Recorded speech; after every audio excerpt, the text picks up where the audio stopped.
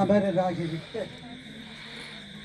அந்த தாயாருடைய அன்பு சாந்திக்காக இறைவனை பிரார்த்தனை செய்து கொள்கின்றோம்.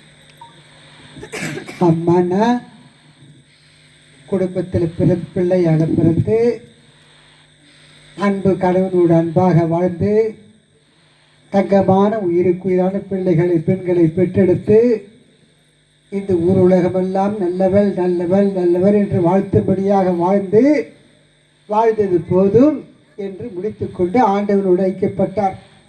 நல்ல வாழ்க்கை வாழ்த்தார். சின்ன சின்ன பசங்கள்லாம் இன்னைக்கு அநியாயமாக போகுது சார். மவுண்ட் ரோட்டில் போய் பாருங்க, என்ன ஆக்சிடென்ட் நடக்குது. ஒருத்தர் ஸ்டைலாக வர, hi Rita, I am Tata, பின்னால் ஆட்டா சொல்லிட்டு போட்டான். Hi Mary, Mary, I am very sorry, பின்னால் லாரி கும்பிட்டு. ஹாய் ஜீவா, ஜீவா, பின்னால் ஜாவா சொல்லிட்டு போ. பட்டு பட்டு பட்டு பட்டு போட்டு